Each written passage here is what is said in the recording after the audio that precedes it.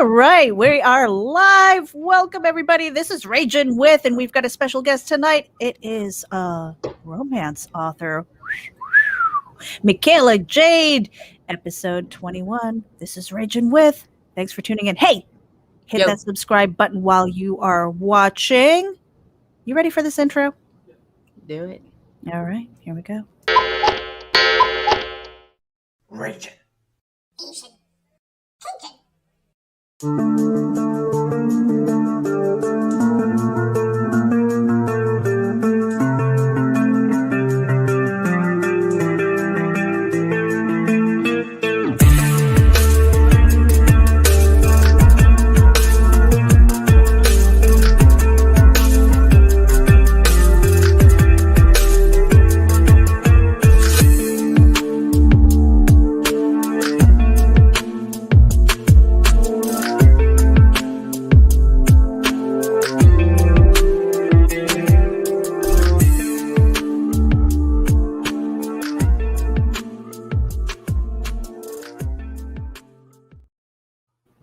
All right, everybody. Like I said, we've got a special guest tonight. It is McKayla Jade. She is the author of at least four romance novels that we know of. Episode 21, Raging With. Let me drop the card here. McKayla. Hey. Hi. So we stole you from Uncle Carl's green room right now, and we'll give you back in about an hour.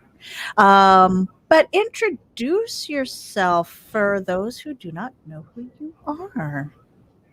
I am an author of historical paranormal romance. I made my own genre because no one else had it. Yeah. So think King Arthur with a twist, but some dark twist. Anything historical is my jam. I write all of it. The only stuff that I've published right now, though, is like medieval times sort of thing. Nice. I've written all my life. It's just something that, you know how you get a hobby and like you'll get thousands of hobbies and like they'll die off. This never died off. This was always something that I did. I'd write poems, I'd write stories, I'd write articles. This never died. And as flighty as I am with my interest, this is what stuck. So that's how I knew that this is what I need to be doing. So I started 4 years ago and figured out how to do it. You know, that is pretty amazing. 4 years ago, 4 books, at least 4 books, not including all of the other writing that you do. At what point did you say, this is the lane that I chose? This is where I'm meant to be? When every author you ever talk to and every author interview you ever see, they say, don't worry about rejection. I can paper a wall with all the rejection letters I've gotten. That's like the first advice they ever give you. I didn't get a rejection letter. My first book, Warrior's Secret, went to a publisher. And it was because I met an author. She had never read my book before. I gave her the pitch and she says, why don't you submit it to my publisher? And I was like, okay, fine. I know how to deal with no. I've heard no all my life. Mm-hmm. I sent it in and like 2 months later, they were like, yes, we want the rest of this book. Where is it? Wow. You go, girl. I figured I'd get the rejection letter, you know. Right. So how far into the book were you when they were like, yeah, send me the manuscript? It had been done for 20 years. Oh, okay. Wow. I hid it in a closet for that long. I wrote it when I was like 13, 14. I started writing it. And it was the book. That's why in the dedication of Secret, it says, to my husband, the book is done. I promise. Because I would put it away and I would work on it. And I would edit a little bit and I would add to the story and then I would put it away. And by put it away, I mean put it away for years. Or months, and then I'd be like, I think I want to work on my book this weekend, and so I'd work on it some, and yeah, that's how it started. And then my sister-in-law read it, and she said, why the hell is this not published? Well, first of all, I don't have a clue on how to do that, and second, it's not that good. Everybody that's read it since then has been like, oh my God, where's the second book? I'm like, what? Second book? What? So that's how second book and third book, and now there's about 8 books in the works. Yeah. So far. And with this, with the way that you're going now, I mean, you've got, it sounds like you've kind of got this fine oiled machine where you're churning out books. In fact, I was listening to your motivational morning and you said, in fact, I think that was today, I woke up with the idea for another story. It wasn't necessarily that I woke up with it. I've been kind of plotting and planning and trying to figure out just how this is going to work, how it's going to fit. Because each of my books has to be a standalone as well as part of the series. And I figured it out. I've got it. And then just today, while I was at work, I thought about a different twist. And I went, well, what if I take this character and I put it here? Shit, that works. So again, today, and that's how all my stories work. It's never plotted out. I don't have this big board on my wall that says this goes here and that goes there and this happens here. And no, it's literally, I thought of something and I went, oh, let's put that there. It's just how it goes. So, but yeah, tell me about the writing process though, because you have a certain amount of characters, you have a certain world, you know, and you were saying like historical, and we'll get into that too, because I'm kind of curious, like how you go about research without getting lost into it. But when you're developing this, and you said that it's standalone, each book, but that it kind of carries through. Like how do you keep track of all of that when there's a larger story arc? Or I mean, like, are you that much of a planner, or are you a total pantser and you're like, yeah, that works, you know? I hate to say it this way, but there's no better way to say it. It's all in my head. Like, these characters are living in my head. Like or you could say I live in their world. This is the world I would want to live in if I could pick my perfect world. So as I'm writing it, I'm living it. I'm seeing it in my head as a movie.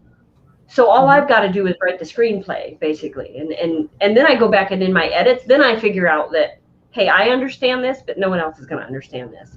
Or wait, this was supposed to be from so-and-so's point of view, not the other one. So yeah, I might like I've got a thing on my wall over here, and I've written down each of the warriors as they go along in each book.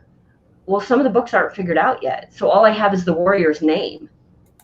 I don't have what they look like. I don't have their twerks and their, you know, all of that. I don't have it because it comes to me eventually. Now, when I get it, oh yeah, I'll write it down, because I'm like, does Gareth have blue eyes or brown eyes? I forget. Yeah, he has kind of brown eyes, I think. Having been in that situation where, you know, like mid chapter, or like somewhere later on in the book, you realize that they've changed. They've changed in your head. They've changed, like how they look, maybe how they might react to something, and then all of a sudden it's like, oh fuck, I got to go back and edit all that other stuff. That's got to be frustrating. Not usually, because as I'm growing, they're growing. And so sometimes it's hard to like pull myself out of the situation, because that's how I would react. And I have to wait.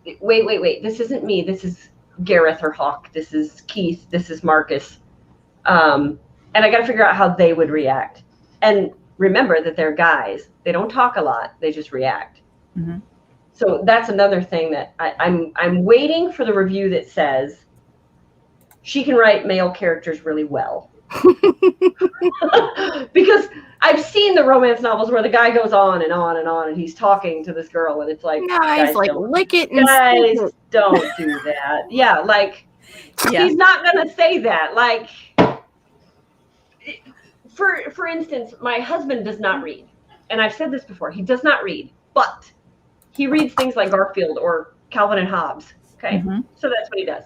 So he read my book, and I was like, wait, what are you doing? I didn't even know he knew how to read a big book. Right? Like, there's no pictures here. This is not, and that's what he said. He's like, there's not enough pictures. I'm like, well, it's a romance novel, honey. So, and then he says, you know that scene where Hawk takes 2 guys' heads and he bashes them together? And I said, yeah. And he goes, more of that, less talking. It's a romance novel. There has to be talking. And he's like, well, put less of it in there. Right. So that's where I get my ideas for my men, because they don't talk. They just get to the point, move on. They don't have a lot of thought. Like they're supposed to do. Right. They just do what they're supposed to do. Yeah. So, but when it comes to then head hopping, do you prefer to write in the male POV or the female? It depends on the situation. If let's say with my first book, it's Hawk and Cassidy. So if Cassidy has more to lose from the scene or more to gain, I will go with her. If it's Hawk that has more to lose or to gain, I'll go with him. And it's more fun because you see that internal struggle of, I really don't want to do this, but I'm going to do it. Or you see her going, oh my God, he's a jackass. How am I going to fix him? So you get the internal struggle of the person with the most to lose or gain. And I learned from my publisher, the publisher does not like more than one point of view. So there are deleted scenes that you get in my newsletters that you don't get anywhere else. Okay. And that's a huge struggle for a lot of people who are writing. Whether you are a new writer or a veteran writer, is often staying in the point of view. And I have read several authors who will go from point of view to a different point of view, head hopping, sometimes in the middle of a paragraph, and it's really hard to read that. I don't mind so much if you go chapter to chapter. And some people That's why Game of Thrones was awesome. Right. And some people stay in the point of view of one, the main character, and they do not deviate. What is the secret sauce to your book? It's fast paced because I don't write boring shit. I hate boring shit. So it's not in my books. It's not going to be there. So if you're looking for something to slow down, my books are not it. And I think that comes from putting it away, reading it again. And part of my editing is reading. And so it's a book I wanted to read.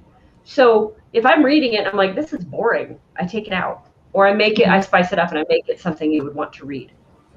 So I think that's the secret sauce, is that it's not boring. You're never going to get to a point where you're like, oh, they really did just go on a horseback ride and that's all that happened. No. Put you to the test, girl. Order me a book. Go for it, because I'm telling you, you will not be able to put it down. If my husband can read it and not put it down, that was my ultimate test. When he was like, no, I'm reading. Like, oh, I have a picture of him sitting in his chair reading. I was like, oh, he knows how to read. Right? Oh, you'll love me because I leave reviews. Except for Mary. Good. Yes.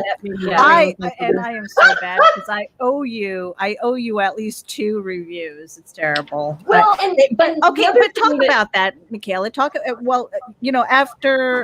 After what you were about to say, talk about the importance of a review for authors, especially on Amazon.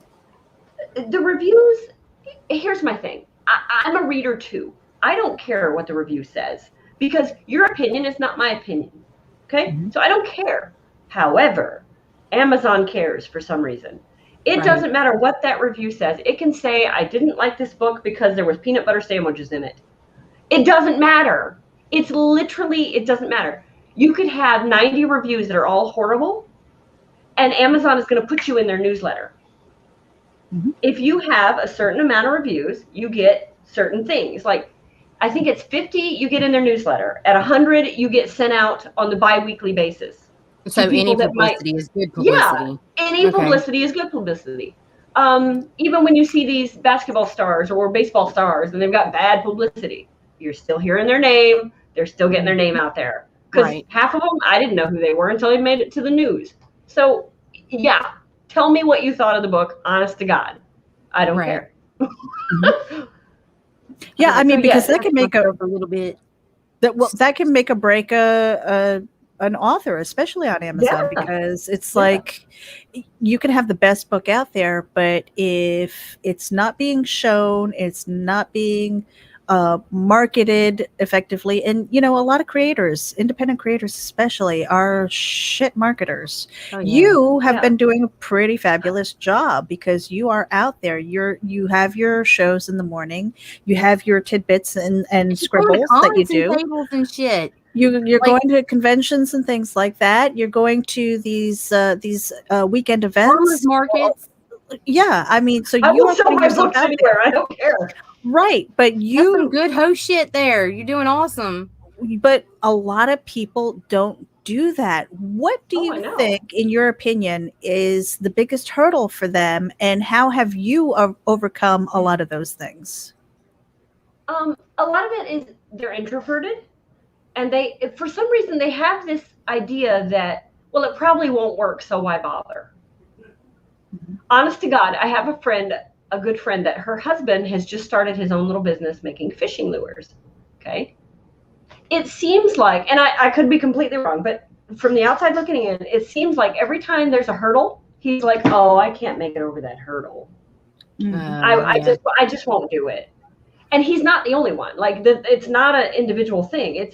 You see that with a lot of people. They're like, well, I can't, so I won't. Or I probably can't, so why bother?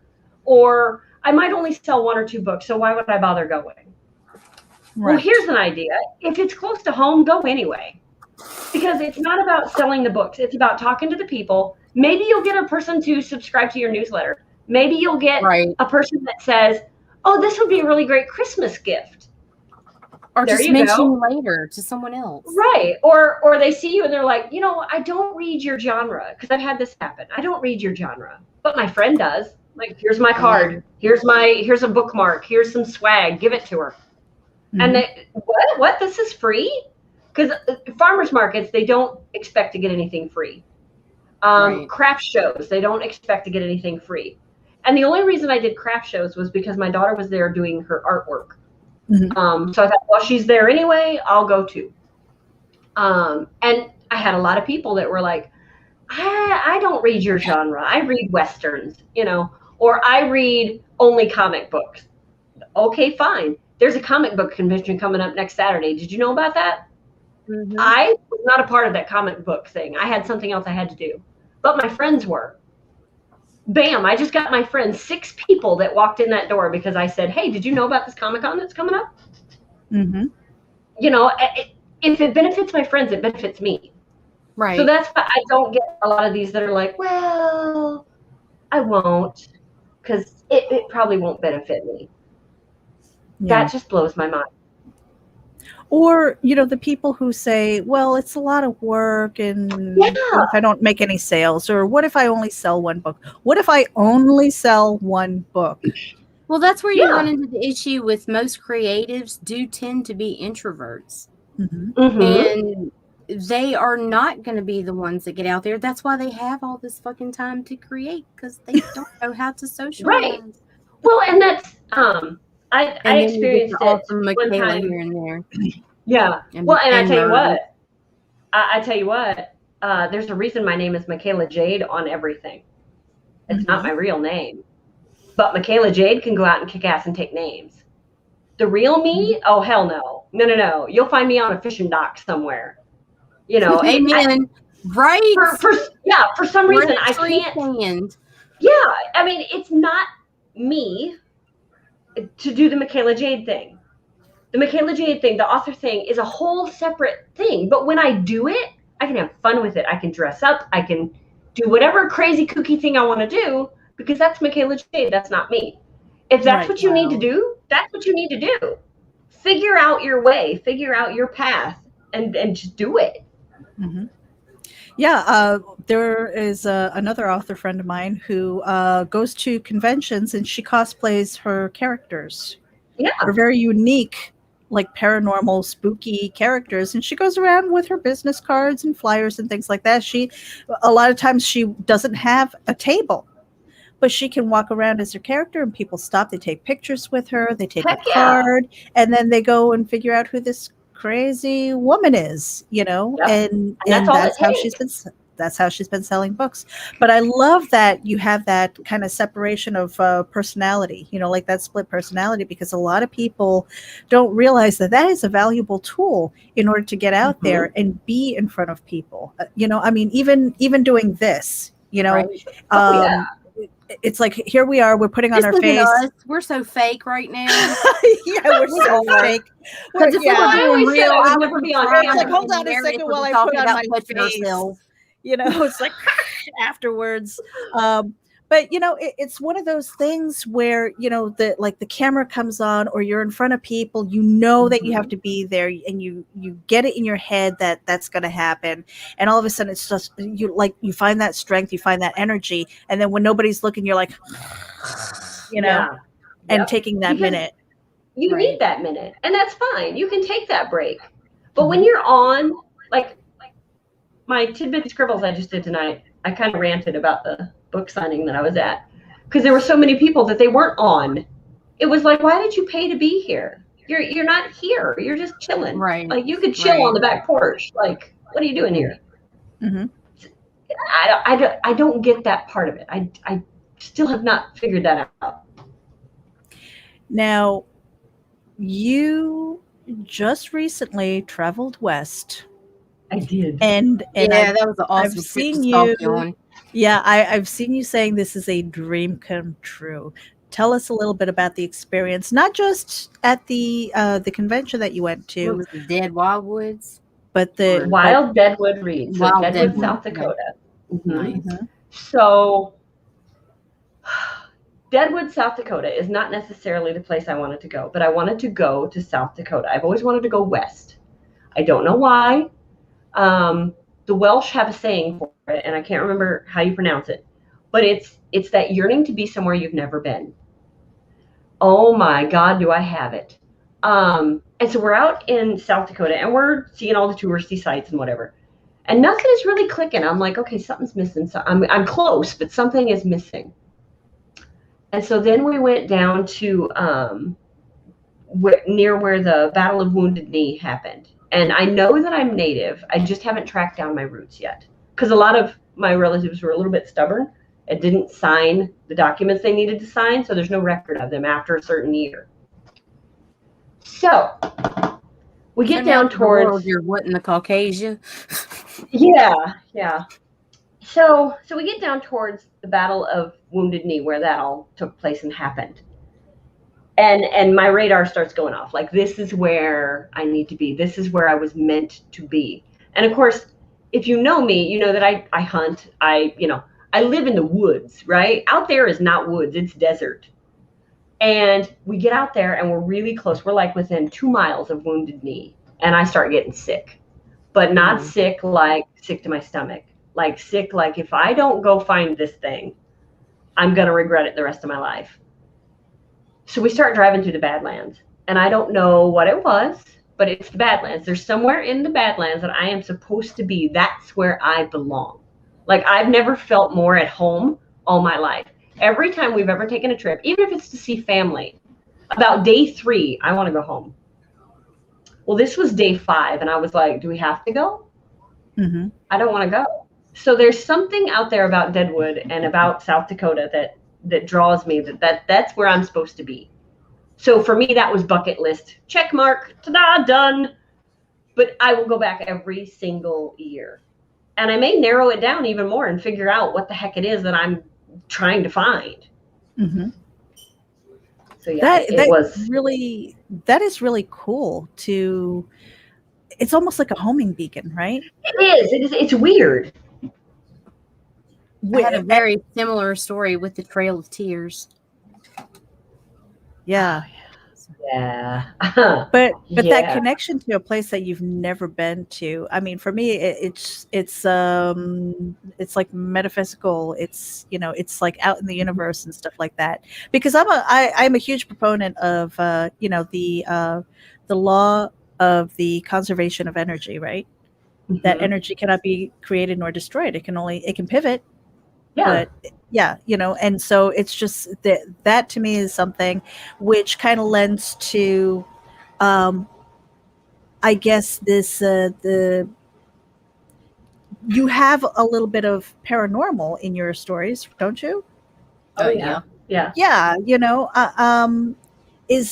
does it come from like the imaginings, the wild imaginings? Is it like where does that come Basically, from? it comes from the fact that all over this earth, there are stories about people doing things that they shouldn't be able to do, or phenomenon that you're like, that's real, but it's not real. What? How can that be real? So that came from the paranormal aspect of my books is more like you're superhuman. There's something extra about you, but it's not that far-fetched that you can't believe it. There's just something extra.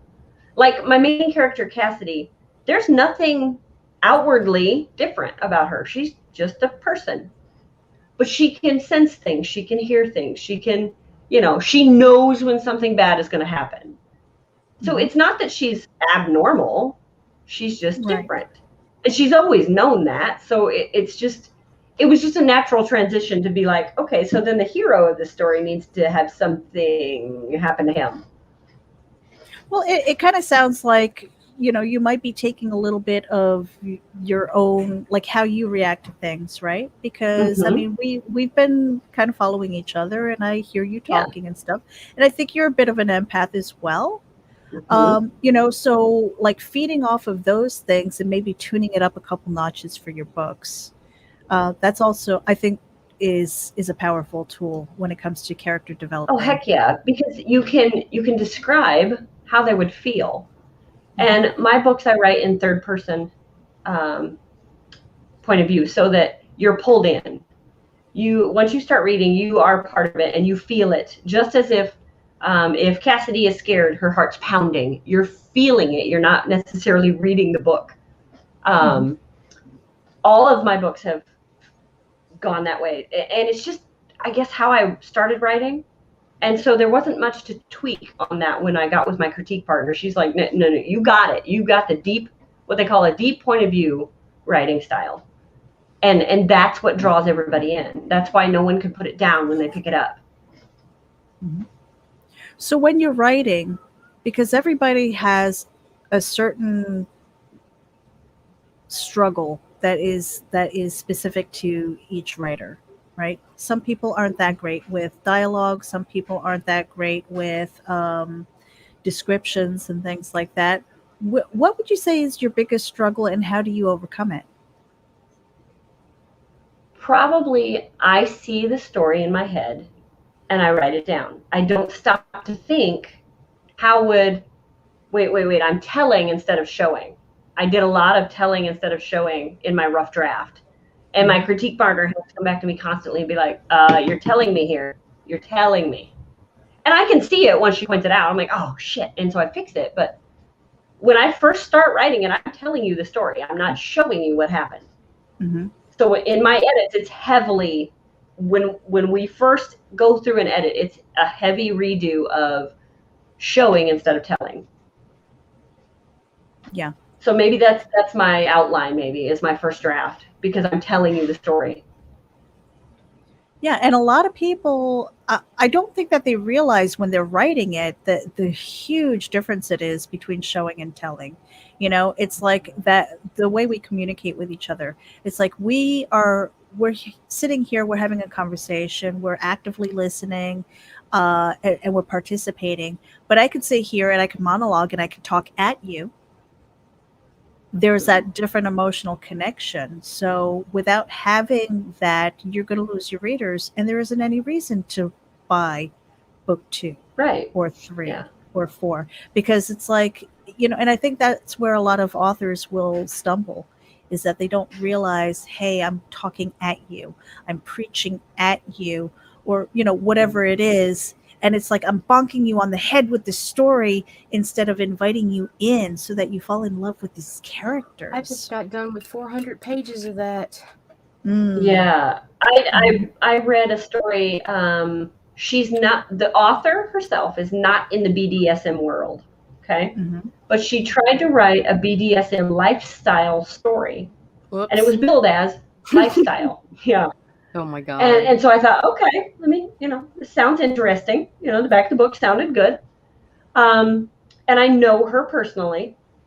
And I said, well, yeah, I'll read the book, no problem. And my book wasn't even out yet. I'm like, okay, I'll read this. And it's by the same publisher. And so I was like, all right. So I start reading this thing and I'm like, shit okay, show. you're doing a real good job of explaining the lifestyle, but you're telling me a story. You're not letting me live it.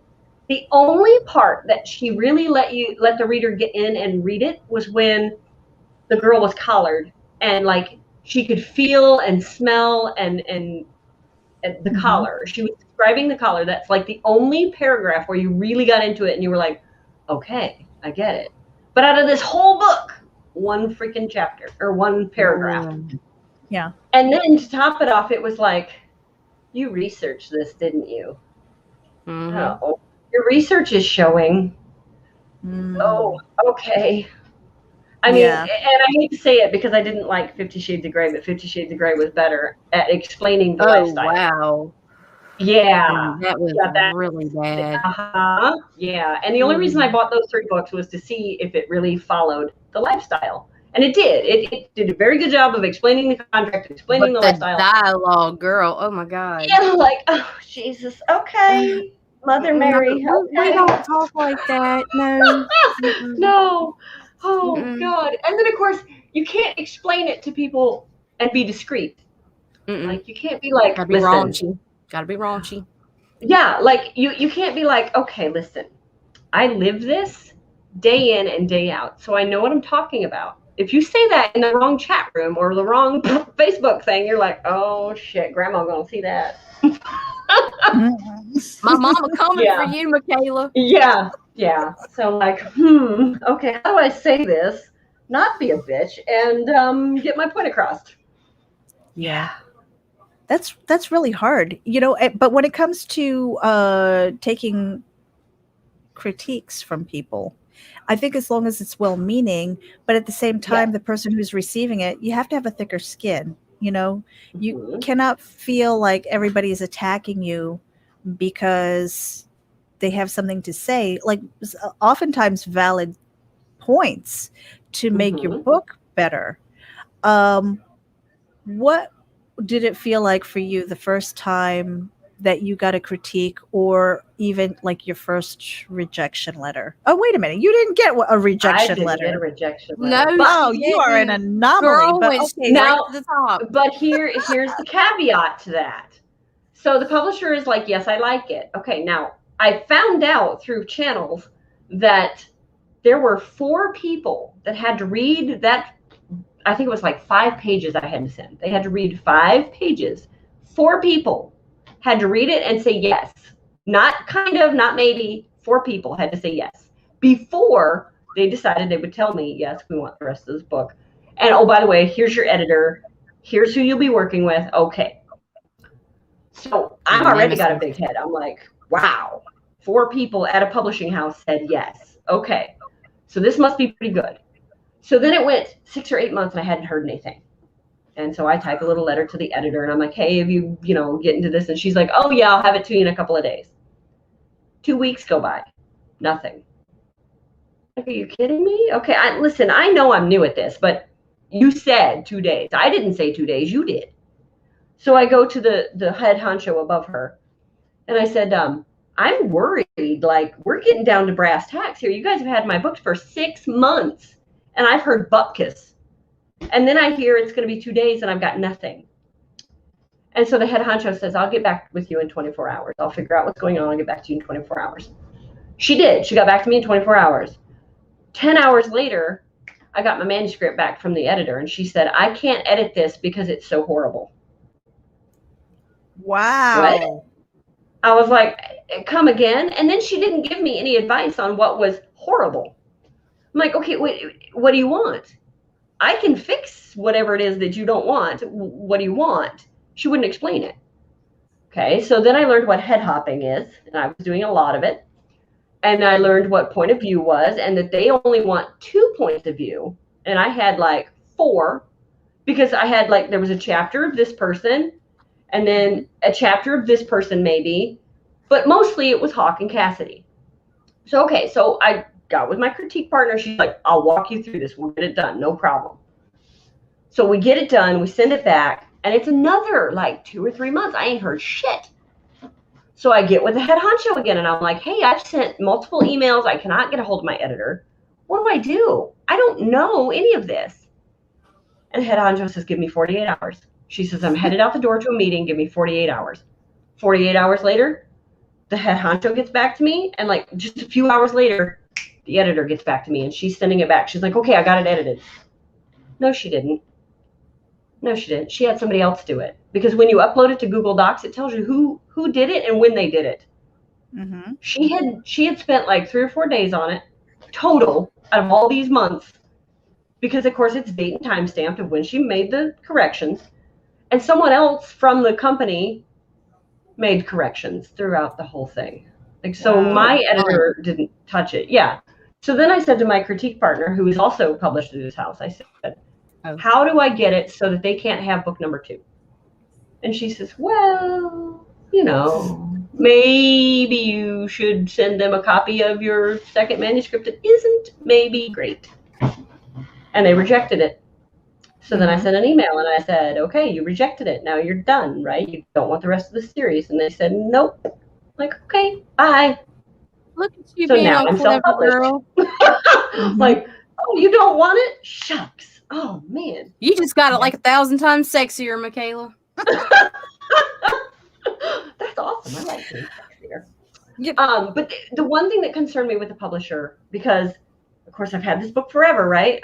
I've had this for 20 years. There's parts of this book that are integral to the character development. And I kept asking, I'm like, okay, that one scene, that's okay, that's fine, it can stay, because I know there's parameters you got to work it because you have to be politically correct in some things. And she said, no, that scene is integral to Hawk's development and to the scene of the book. I said, yes, they get it. All right. 2 days later, I get an email. Well, you got to take out this one part. And I was like, what do you mean? And she's like, well, you got to take out this part because it's a little too graphic. What do you mean it's too graphic? And she's like, well, you can't have a guy holding his junk in his hand. Like, why not? They do that all the time. They do that when they pee. Yeah, I know. Well, this they do that at the grocery store. What are you talking about? Right. Mine So are just this like was a 11 scene, and 12, and they don't let go of them. Oh, I know. It's ridiculous. But this was a scene where she's being tortured, and the guy torturing her has got his stuff in his hand. Well, so I toned it back, and I was like, okay, so he didn't have that, but he's still in the picture, and she's okay.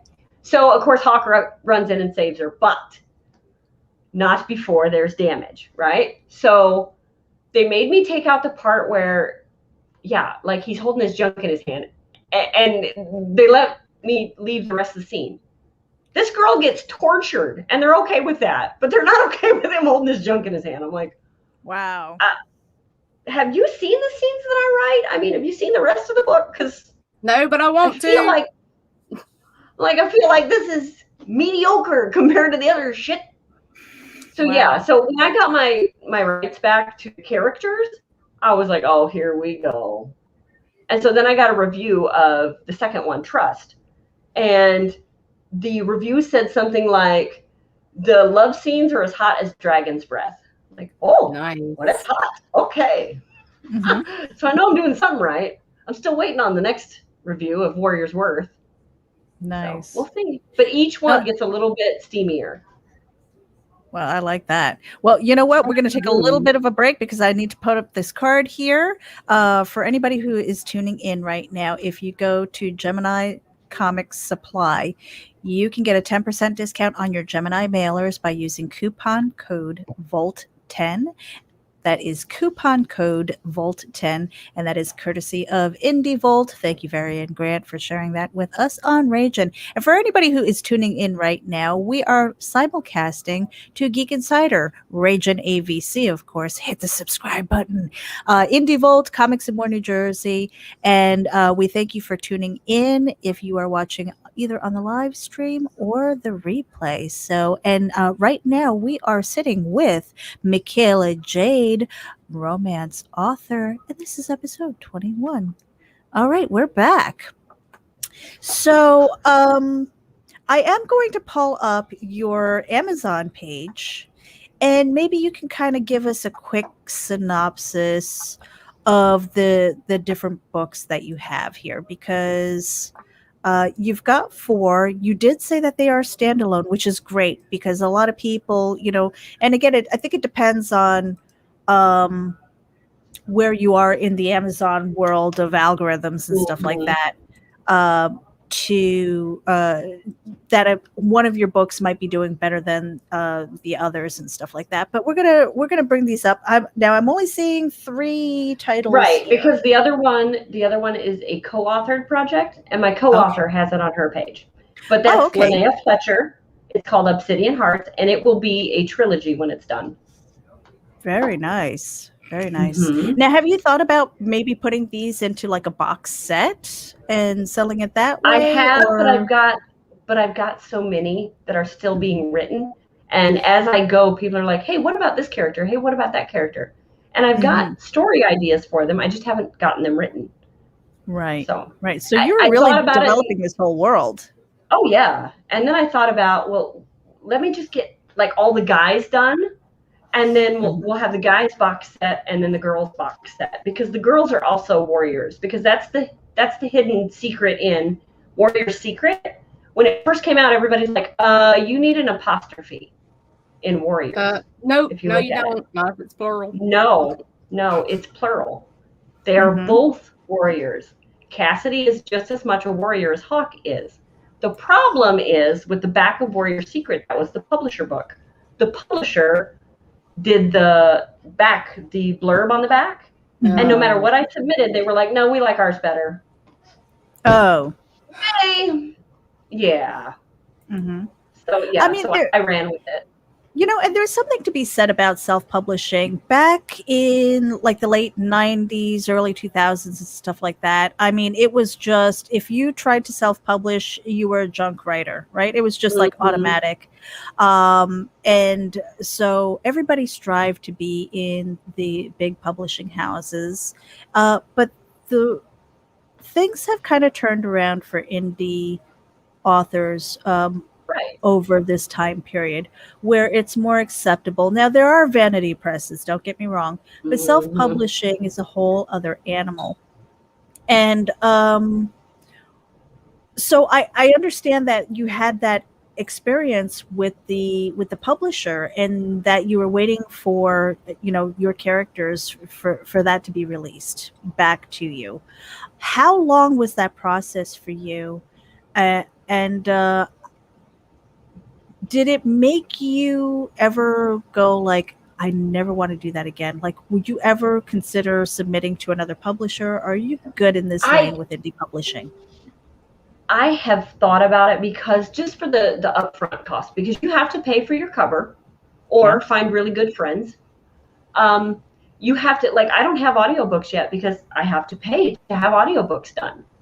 That's something that the publisher can do as well. But again, the profit margins there for me, they're not there.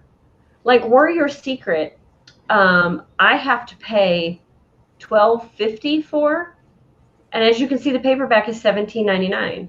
Mm-hmm. So if I pay $12.50 and I can sell it for $18, it shows that's not a real big profit margin. Right. And then Worth and Trust they run right about $10. I can get them for about $3. Well, that's a whole lot better profit margin. The problem is you got to come up with your cover. You got to come up with editing cost, because I don't care who you are, get someone else to edit. Because even as I branch out into editing, I don't edit my own stuff for the final time. I have 3 or 4 people edit just to make sure we've got everything. Right. Yeah. So tell us a little bit about these.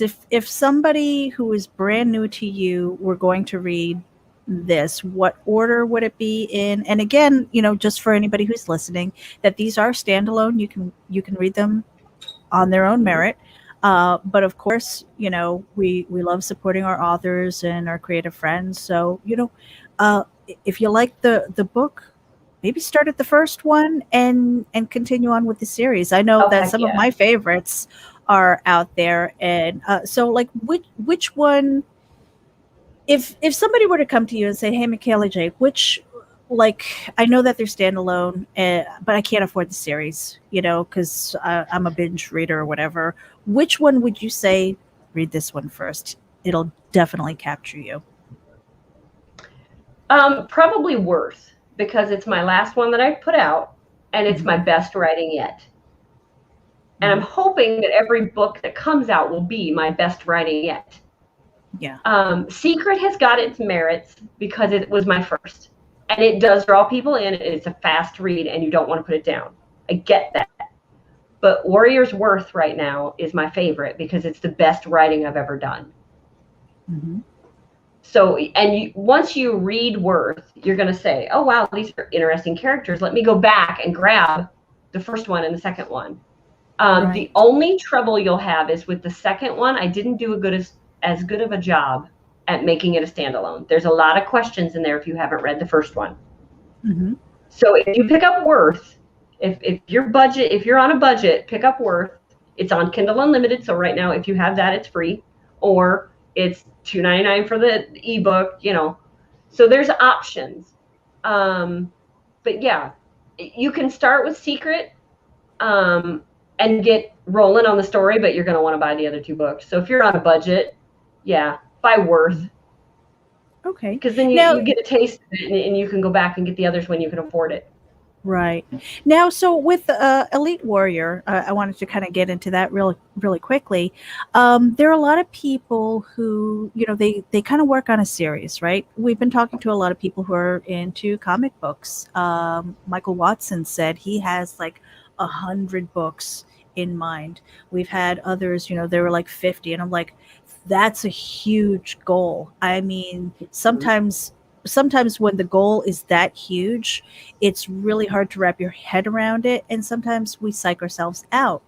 With your series here with the Elite Warriors, do you see this continuing on? Does it ever feel too big, or are you just kind of like, I'm just developing these stories as they come to mind, as my fans are approaching me and say, hey, what about this one?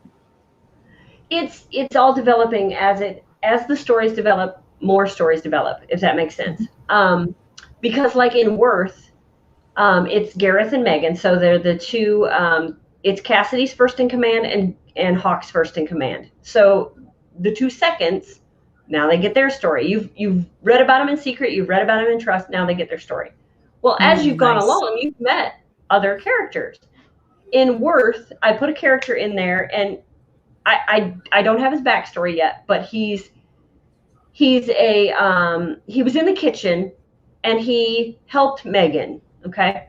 So that's all he was a secondary character. He was the cook in the kitchen and he was helping Megan in one scene. That's all he has is one scene. And one of my critique partners and beta readers came to me and said, you're going to have to write Michael's story, right? What? Wait a minute. What do you mean I'm going to have to write Michael's story? And they're like, the way he treated Megan was so sweet. You're going to get people that want his story. Like, okay, now I got to figure out what Michael is, and I got to figure out Michael's story. And so, yeah, as I'm going, all these different characters kind of pop out of the woodwork, and it's like, oh, that'd be a fun one, or I can twist that one, and that'd be fun. And yeah. Now, with the creative process, do you stick with one story at a time, or are you kind of like the type who has multiple stories going at the same time? I've got multiple stories like bouncing around in my head, but I will write, like, let's say it's just one scene, and that scene may not be the starting, may not be the opening, may not be the ending. It might be somewhere in the frickin' middle, and I don't even know where it fits, but it's a scene in that story. It'll go in a file folder, and when I'm ready for that story, I'm going to pull that out, and I'm going to look at all those and go, oh, yeah, that was a great idea, because I forget. Because, like, oh, that's a great story. Yeah, because there are a lot of times, for me personally, I'll wake up in the middle of the night, and it'll be either a title or it'll be some line of dialogue that it's repeating over and over and over again in my head. And I'm like, all right, I'm up. Let me write this down, because I really regret it when I don't. And oftentimes I've pulled over just to write down notes and stuff like that, and then just maybe even later go, what the hell was that about? Does it ever happen in the shower? Always in the shower, always when I'm driving. Get an expo marker. If you have a laminate shower, the plastic, get an expo marker. Write it down on the wall. I don't know how many times my husband has walked in there and went, what the fuck does that mean? Right? Here, hang on, let me write it down, and then you can wipe it off. Okay. Oh my gosh, that's so funny. Yeah, but there are a lot of times when I have the same thing. I have the voices in my head who are like, write me. And I'm like, no, I've got to finish this first. Otherwise, it's almost like this huge mess, Yes, that's why it goes down in a notebook. Without finding that focus. To the side, and then you can focus on the story that you're on. Like I heard a song, and I've heard it thousands of times, but for some reason, this one time it clicked with me. And in the song, there's a line that my demons are real. Yeah, you probably know the song. I can't think of the title or artist of the song, but there's a line in it, my demons are real. And I thought, that's perfect. Keith needs to say that to Nicole. Mm-hmm. If you read my books, now you're going, who the heck is... Wait, I know Keith. I've seen Keith. Okay, now who's Nicole? Mm-hmm. That's how it goes. That's how it goes. In fact, in Worth, I've had people tell me that the very end of it kind of pulls them out because there's an appearance by someone that there's a reason she appears. So they're like, wait, where did she come from? And it's like, no, there's a reason. Mm-hmm. You're talking about the Shine Down song? Yes. Monsters. Yes. Yeah. My demons are real. I thought that, and I've heard it thousands of times, but that one time it clicked. Now, so when you are, when you're writing and you have some of those voices, do you ever like accidentally write them in to a book and it's like, it works? Or you're like, oh crap. Now you wait your turn. No, I write them in. Yeah, there might be a scene or something they fit in or whatever. There's a scene in Trust or Worth. I think it's Worth. There's a scene where Dalton comes in, and you've seen Dalton before. You've met him before. He's one of the warriors, but he comes into another scene where you're like, oh damn, okay. You're like, yeah, he's got to get a story. Oh yeah. Now, have you ever thought about writing in other genres? Yes. I have my critique partner, and the one that I did Linnea Fletcher book with, Obsidian Hearts. She writes historical westerns. Mm-hmm. She had an idea for a whole series of books based off of rebel soldiers that were called the Immortal 600. So if you've ever researched the Civil War, during the Civil War, they were called the Immortal 600. And at first I was like, I think I've heard of this because I'm a history nut. And she's like, well, look them up. That's what I want to base our heroes off of. I'm like, oh, okay. So I looked it up. Sure as shoot, these guys are like the best of the best, and only because they just outlasted everybody else. And so she wants to give them their own series. I'm like, let's do it. So that's going to be historical Western, but not fantasy. Right. Now, dark historical fantasy is often not put together. Because people are like, well, historical, how are you throwing fantasy in there? How does that work? Mm-hmm. Think of it as like Merlin and his magic and curses and witches. So that's how I did that one. It was so as you read the books, you'll learn that Hawk is a shifter. He didn't know that. But he thinks he's cursed because he killed a witch. And as she died, she cursed him. So later you learn that maybe that's not true. So he struggles with all of that. He's like, wait, I was cursed. That's his whole life, he's, I'm cursed. Right. And then all of a sudden it's like, it's a lie. No. And so he's dealing with that. And yeah. And then, do you ever see an end to this series and maybe moving on to something else besides the Elite Warriors? I don't know, because I've always said I'm not going to write kids into my books. There's never going to be offspring, and now that's not true. Mm-hmm. Yeah. So, and that was a surprise to me. So maybe don't you hate when they do that? I know, right? Like, you messed up this whole story. I had this. So now there is, and now it's like, wait a minute. If they're immortal and they had a kid, how does that work? Do immortals have kids? And is the kid immortal? So I had to play with all those theories, and I think I've come up with the answer. And now that we're going, it's like, well, if you go back to the original, to Hawk's lineage, you'll find the answers. They're right there. I just didn't see them. Yeah. Well, McKayla, we are closing in on the hour, and it went by really, really fast. Yeah, Did. But what happened to your other rule? Huh? What happened to what?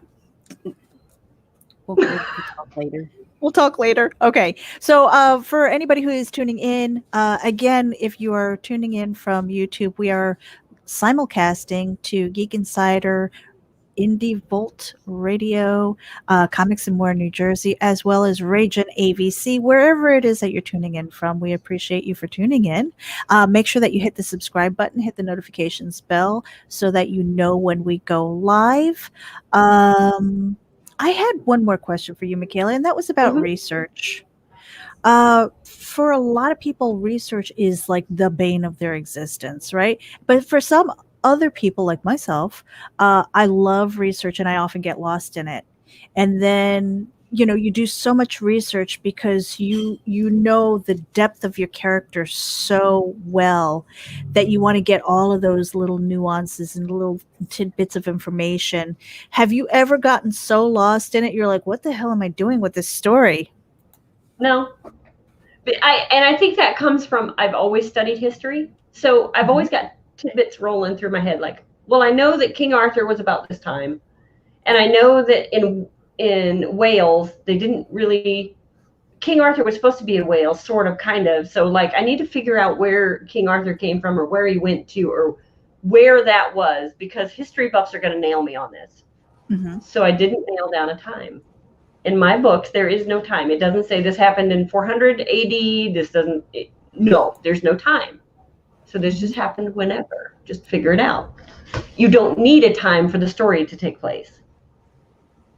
That's brilliant, because a lot of people, I think they get stuck in a timeline, and then it's all of those little details. It's like, well, that medicine didn't exist then, or that vehicle, or just even something as simple as clothing. Like if you wanted to express, like taking off the different layers of clothing and things. I had to figure out how you would address a druid. How do you address a druid? Well, my critique partner, she also had done research, and she's like, everything I researched, there's nothing. There's nothing saying that this is how they were to be addressed. There's nothing saying that this was the proper way. Nothing. They were just druids. So people would address them as druid. Like, oh, okay, got it. And I moved on with the scene. Like, that's good enough for me, because I'm not nailing down any technical details. Like I said, I didn't write it in like King Henry's time or this time or that time where certain things had to happen, or the characters would have reacted to these things happening, like the Black Plague, Right. It's not even in there because there's no timeline. Nice. That's how I got around it. That is really good. And the fact that you're like, hey, this is a world that I'm creating, and screw you, take it or leave it, because it's got the historical aspects, it's got the fantasy, it's got the paranormal and things like that, and it's hot. It's hot. So you want to make sure that you head over there to Amazon. Now, McKayla, you also have a website. Are your books available there? I think so. I'm not very good at websites, so I think I have it set up correctly. Go to Amazon, people. Go to Amazon. Go to Amazon. And your YouTube channel. Yeah, or you can get me on YouTube. You can get me on Facebook. And if you want books signed, I will send them to you. No problem. Just let me know that you want a signed copy. It'll be the same price it is on Amazon. Well, and people can approach you too because you have physical copies of your book. You know, obviously you're going to, conventions and farmers markets and things like that. So, yeah. We won't get past the dog or the guns. Right. I used to have a dog who would let anybody in, but if he didn't know you, you were not getting out. Yeah. So yeah, we had one of those. Yep. Yeah. Really good stuff. But yeah, I'm easy to find. So. Yeah. Well, we are at the end of our hour. We're going to put up the card here. McKayla Jade, it has been a pleasure to spend some RAGIN time with you. This is episode 21. Again, make sure that you hit the subscribe button. And if you go to the show notes, you will see her links. You will see the links to her website as well as her social media and the Amazon page. Make sure you give her some love. If you read the book, make sure you leave a review. It helps. McKayla, last words for you. Find me on Amazon. Find me on Facebook. Join me on my YouTube channel. I need some more people. And any words of wisdom? Oh my God, don't listen to stupid people. If you get some advice that you're not sure of, go to somebody else and ask them their opinion. Nita. What?